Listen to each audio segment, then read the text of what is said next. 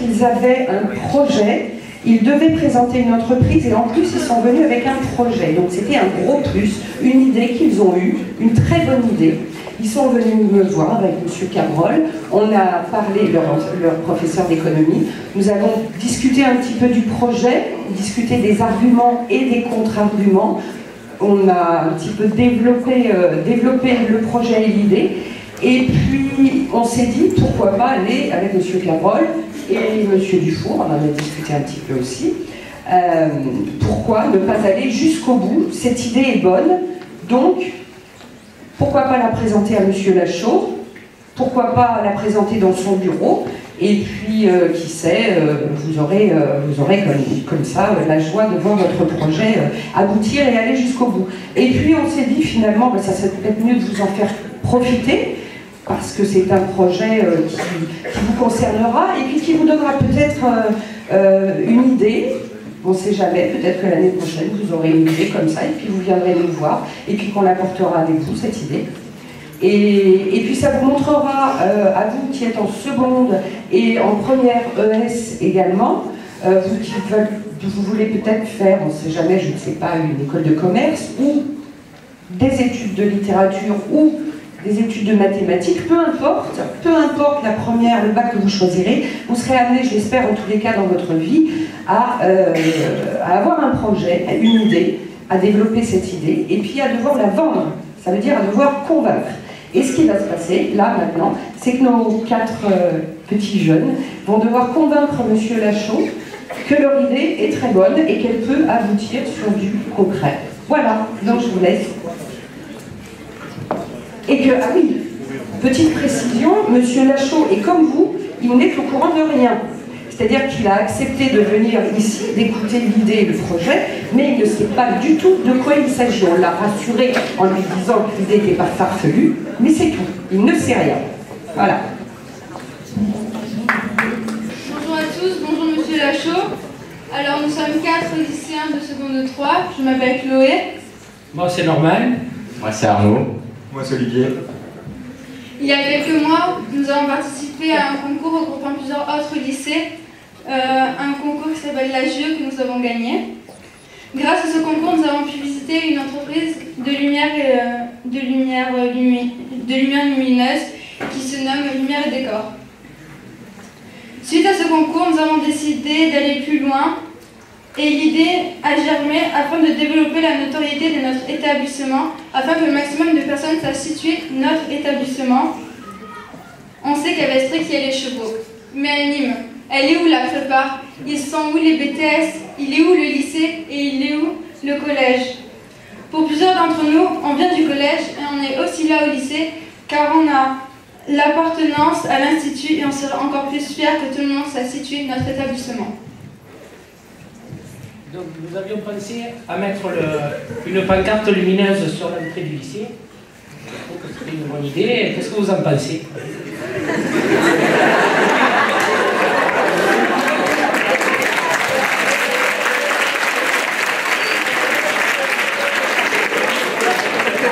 D'abord, est-ce que c'est la seule et unique question ou il y en a plusieurs? Donc c'est la première. Une pancarte lumineuse sur l'entrée du lycée, oui, pourquoi pas. Oui, je trouve que c'est une bonne idée. Mais on a eu encore une meilleure idée. La rue de Dalzon n'est pas plus passable que la rue qui est devant l'entrée du lycée. Il n'y a pas de rue de Dalzon. Non, mais la rue... Il y a une rue de Dalzon à Nîmes, mais elle n'est pas là, elle est de l'autre côté du monde du plan. Donc, on s'est dit, pourquoi pas la mettre sur le mur de la résidence Lavagnac, pour que les voyageurs qui viennent d'Alès, de Montpellier en train, puissent voir la pancarte de Dalzon. Une pancarte lumineuse. Je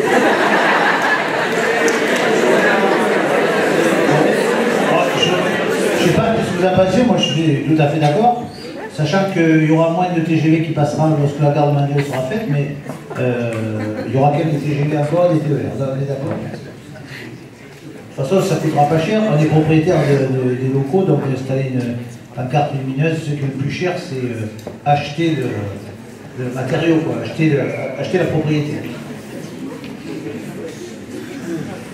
Donc on a 3 projets à vous présenter. Donc le premier c'est celui que vous voyez sur votre droite. Donc c'est un panneau en aluminium laqué par profilé lumineux, donc c'est-à-dire qu'il y a une casquette lumineuse et l'enseigne donc avec le logo, donc le I de l'Institut d'Emmanuel Dalzon, et donc le texte est éclairé par un bâton fluorescent. Elle est réalisée en aluminium qui mesurera 4 mètres de long par 1,50 m de haut. Et les graphismes seront en bâton, les lettres décor aussi, qui feront 38 cm de haut par 28 de large. Alors il faut savoir tout d'abord que chaque enseigne que nous allons vous proposer font 4 mètres de long sur 1,50 m et que les lettres sont écrites en bâton. Alors simplement sur le logo, c'est pas que le I, c'est le I et le A. On a vu ça. C'est un enseignant en art plastique qui a réalisé ce logo. Donc vous voyez à la fois le I et le A, donc Institut Dalzon. Vous ne saviez pas ça. On aura tous appris quelque chose aujourd'hui. Vous ne l'avez pas vu. Mais il y a I et A. Et cet enseignant d'art plastique, je parle de l'enseignant Bouzanquet, je parle de M. Cameron et tous les profs qui sont là, c'est Jacques Bouquigny, qui est un peintre qui va d'ailleurs faire cette année l'affiche du Festival de Jazz. Jacques Bouquigny, c'est lui qui a réalisé le I et le A de Dalzon. Allez, il n'y a pas que moi qui apprends des trucs aujourd'hui, je vous en apprends aussi. Voilà. Alors pour notre deuxième projet, c'est comme tout à l'heure l'oiseau, enfin le I, le A, plus l'Institut Emmanuel Dalzon.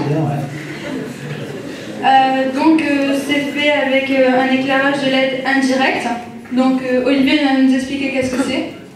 Donc un éclairage par LED indirect, c'est en fait où on a un panneau en aluminium qui sera fixé au mur d'établissement avec ensuite le logo, donc l'oiseau, le I, le A et Institut Emmanuel Dalzon qui seront en relief, et les LED qui éclaireront le panneau lumineux qui sera reflété, qui reflètera la lumière par un scotch, par un adhésif spécial. Et, le troisième projet, c'est un panneau en aluminium à éclairage à LED direct, c'est-à-dire que c'est direct midi LED, il n'a pas. Voilà, et qui est sur 4 mètres de long et 1,5 m de haut. Et que les LED sont en 38 cm de haut et 28 cm de large. Donc toutes ces lampes sont écologiques parce que le diode et la LED dépensent 10 fois moins qu'un éclairage classique. Et c'est économique, du coup, et écologique. Ça fait des deux.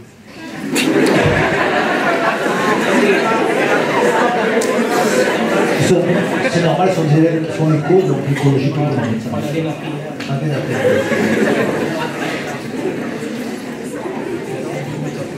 Et ces pancartes sont faites par une entreprise limoise qui a beaucoup de savoir-faire, qui s'est répandue dans toute la région, qui a fait des pancartes pour beaucoup d'entreprises, d'organismes municipaux. Donc ça serait bien de faire travailler une entreprise limoise, de montrer Dalzon, de faire de l'écologie en ces temps de crise.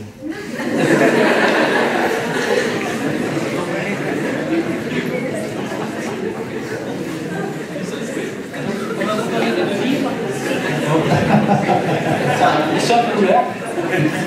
Répète parce que tout le monde n'a pas entendu ce que tu viens de me dire. Donc on va vous donner des devis, c'est important quand même. Donc il y a les trois, le premier qu'on a vu avec la casquette lumineuse. Alors vas-y, présente-le. Alors.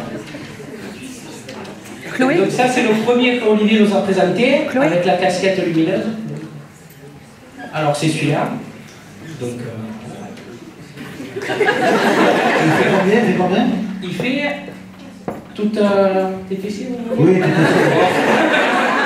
Dans la mesure où les scolarités, il n'y a pas de taxe dessus, on ne récupère pas la TVA, donc on paie la TVA. Alors, 2688 € avec la pause.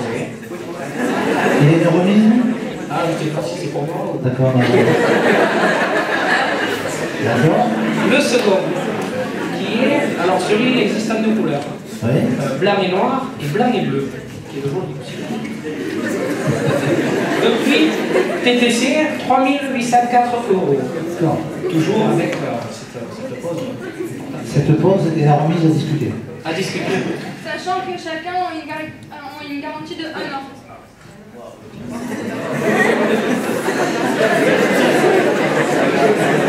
Je pense que chez l'entreprise est là, oui. Oui. Et le troisième et le dernier, celui qui est beau aussi, est à 4368 €, avec la pause et la remise. D'accord.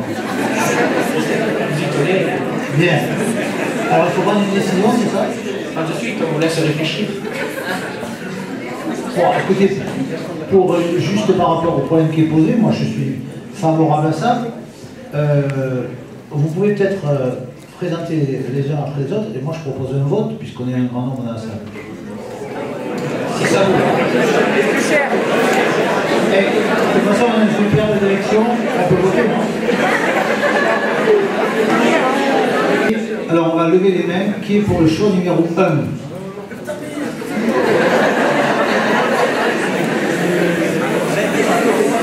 Qu'est-ce que vous avez proposé? Olivier, élimine. Qui est pour le choix numéro 2? Non. Est-ce qu'on peut monter, s'il vous plaît? Pour le vœu 1, c'était 0. Le choix numéro 2, 70. Nous allons passer au choix numéro 3. Qui est pour?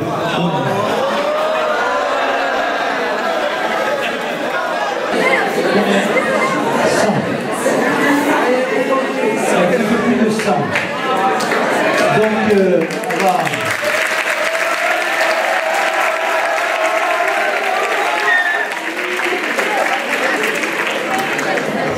on va donc retenir, moi je trouve que c'est une bonne idée, on va donc retenir la proposition numéro 3.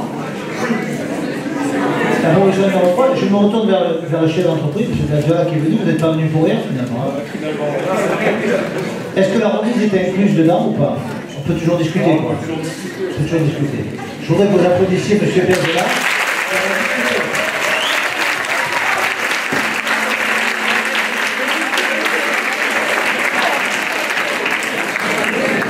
Bien. Bon, écoutez, on va regarder comment on peut le réaliser. Moi, je trouve que c'est une bonne idée, effectivement. Je crois qu'il faut qu'on prenne tous le train à un moment ou à un autre. C'est vrai que lorsqu'on passe près de la résidence, c'est important qu'il y ait un signal lumineux. Parce qu'il y a quand même beaucoup de choses qui sont vues de la voie ferrée. Si ce n'est pas quelque chose qui attire, on aura du mal. Donc, je suis d'accord avec ça.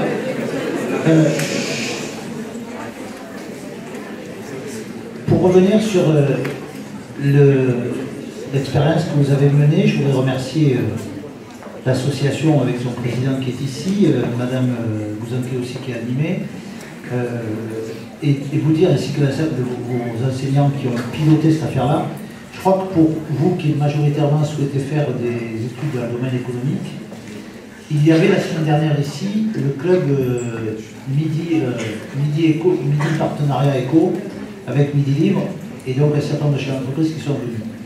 Je crois que ce qu'il faut qu'on comprenne tous, mais vous comme nous, c'est que le monde a changé et qu'il faut absolument qu'on rapproche, je le dis de ma chef d'entreprise, la formation du monde de l'entreprise. Parce que souvent, dans l'éducation nationale, on forme trop souvent des jeunes qui sont ici et qui ne sont pas nécessairement connectés avec la réalité économique et les besoins des entreprises. Moi, je vous engage aussi, vous, dans votre vie scolaire ou professionnelle, n'ayez pas peur d'apprentissage. Parce que l'apprentissage, c'est la meilleure façon de réussir aujourd'hui. Mais il n'y a pas que l'apprentissage au niveau des 4e ou des 3e. Il y a l'apprentissage en école d'ingénieur, en école de commerce, l'apprentissage en BTS, il y a l'apprentissage à tous les niveaux. Et c'est certainement, et ce n'est pas vous chez l'entreprise qui vous en tirer, une des meilleures façons d'intégrer une structure.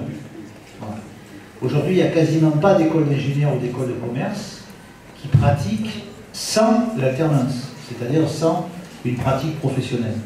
Je crois qu'on a besoin, y compris un lycée, et moi je voudrais vous remercier de l'avoir fait, d'avoir cette relation école-entreprise en permanence. Parce que il ne faut pas qu'on reste dans un modèle théorique au niveau de la formation, mais qu'on reste vraiment sur du sens pratique.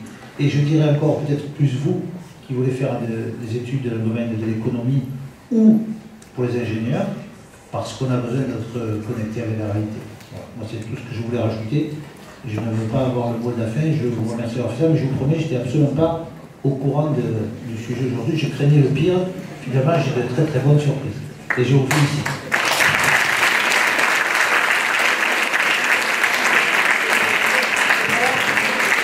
Nous allons donner le mot de la fin à M. Hénin pour qu'il nous donne un petit peu son sentiment. Et juste une petite chose avant, si jamais donc, vous avez une idée, un projet, quelque chose qui peut être porté par l'Institut Emmanuel Daxon, eh ben, vous en parlez à vos enseignants, vous venez nous voir, et puis on sera ravis de vous aider, c'est réalisable. Monsieur Hénin.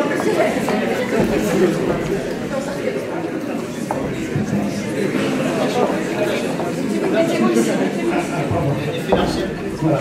Okay. Ben, merci beaucoup, monsieur le directeur général de cet établissement. Vous avez joué le jeu et vous êtes prêté au jeu de ce qui est devenu un véritable travail pour des étudiants. Et c'est ça qui est important. Je remercie aussi beaucoup tout le personnel qui a bien voulu travailler avec nous, puisque nous sommes des entrepreneurs, mais on est content d'être à vos côtés.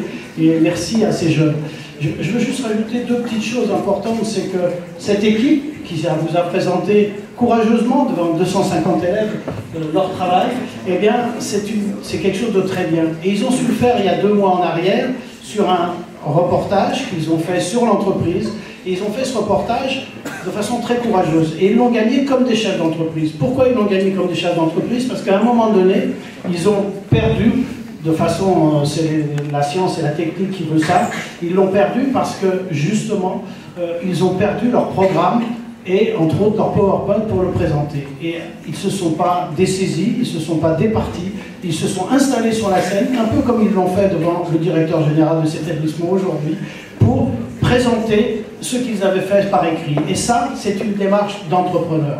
Ceux qui savent entreprendre, ceux qui savent ne pas se faire arrêter par des petites choses, ce sont des entrepreneurs. Et aujourd'hui, eh bien, ce qui est remarquable aussi, c'est que l'établissement Emmanuel Daxon a su rebondir sur un travail qui est une performance, puisqu'ils sont lauréats de Reporter de 2017. Eh bien, ils ont passé à l'étape suivante, ils sont allés à la conception et à la réalisation de ce projet qu'ils avaient développé courageusement devant aussi 200 élèves. Donc, eh bien, merci beaucoup d'avoir permis de faire une première en France, parce que c'est une première en France, c'est-à-dire que Reporter ne s'est pas arrêté simplement à la rencontre entre l'entreprise et les scolaires, et les enseignants, bien évidemment, mais ils sont allés jusqu'à la conception d'un produit marchand qui est vendeur, puisque hormis la remise qui est à négocier, je crois que l'opération est gagnée.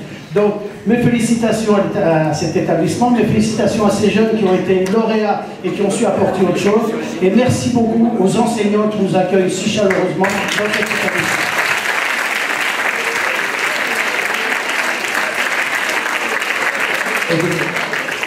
Moi, je vais voir comment on le met en pratique financièrement quand même, mais ce que je vous propose, c'est que pour celles et ceux qui seront encore là l'année prochaine, on fasse un jour en fin d'après-midi le premier éclairage de cette publicité un soir, en fin d'après-midi, avec vous bien sûr. On vous invitera, la classe qui a participé à ce projet-là, on vous invitera ainsi que vous, en France. Avec plaisir. Et un petit mot de vous, votre sentiment sur cette expérience quand même, et puis on va terminer là-dessus parce que vous allez en cours. Votre sentiment. Bon, alors on me laisse parler un peu. On m'avait reproché de trop parler, mais ça a été une belle expérience, un beau concours qu'on a mené avec M. Cabrol, Mme Guerrier qui nous a beaucoup aidés, M. Piazzolla qui a consacré beaucoup de temps, et M. Lachaud qui nous a consacré aussi une après-midi, 1 heure.